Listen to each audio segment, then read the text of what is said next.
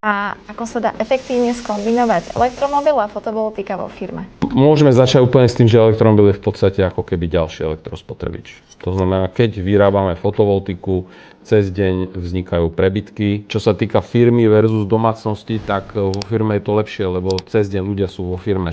To znamená, že tá elektrina, ktorá sa vyrába vtedy, keď svieti slnko, tak sa spotrebuje v rámci firmy. No a tie elektromobily sa môžu nabíjať počas nejaké ľudia sú v práci, takže to sedí, je to ako lepší use case ako na rodinných domoch, kde v podstate vtedy, keď svieti slnko, tak sme všetci v práci. Hej.